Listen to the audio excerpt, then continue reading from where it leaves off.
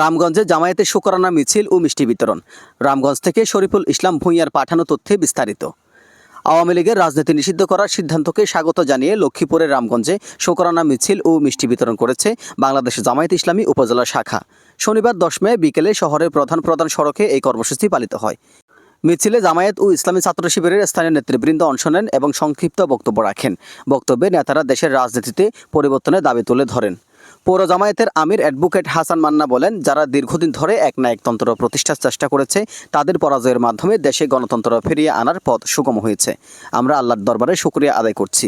ইসলামী ছাত্র শিবির রামগঞ্জ উপজেলা শাখার সভাপতি রাকিব হোসেন বলেন, দীর্ঘদিন ধরে একটি রাজনৈতিক দল রাষ্ট্র ক্ষমতায় থেকে জনগণের অধিকার হরণ করেছে। তাদের বিরুদ্ধে নেওয়া ব্যবস্থা জনগণের চাওয়ার প্রতিফলন। সংগ্রামী উপস্থিতি, আজকের এই শুকরানা সমাবেশে উপস্থিত প্রত্যেককে জানাই ইসলামী ছাত্র শিবিরের পক্ষ থেকে আন্তরিক শুভেচ্ছা এবং অভিনন্দন। আমরা মহান রবের দরবারে শুকরিয়া আদায় করছি যে মহান রব আমাদেরকে একটি সন্ত্রাসী সংগঠন, সন্ত্রাসী রাজনৈতিক দল বাংলাদেশ আওয়ামী লীগকে নিষিদ্ধ হতে দেখতে দেওয়ার সুযোগ করে দিয়েছেন। সে মহান রবের দরবারে আমরা শুকরিয়া আদায় করছি, আলহামদুলিল্লাহ। আওয়ামী লীগ কোন রাজনৈতিক দলের নাম নয়।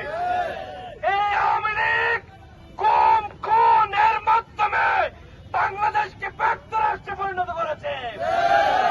এই আওয়ামী লীগ বাংলাদেশের প্রশাসনকে নিজেদের দলীয় ক্যাডার বাহিনী হিসেবে ব্যবহার করেছে।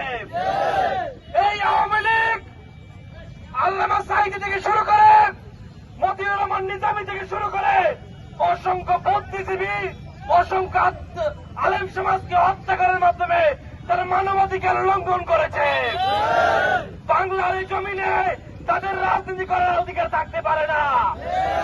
আমরা কোন মুনা ঝোলানোতে সন্তুষ্ট হতে চাই না। আমরা বলে দিতে চাই, যেমনি তাদের কার্যক্রমকে নিষিদ্ধ করা হয়েছে, ঠিক তেমনি ভাবে দল হিসেবে আওয়ামী লীগকে এই বাংলার জমিন থেকে নিষিদ্ধ করতে হবে। মিছিল ও বক্তব্য শেষে জামায়াত নেতারা সাধারণ মানুষের মাঝে মিষ্টি বিতরণ করেন। এজান নিজামুদ্দিন, ডেস্ক রিপোর্ট।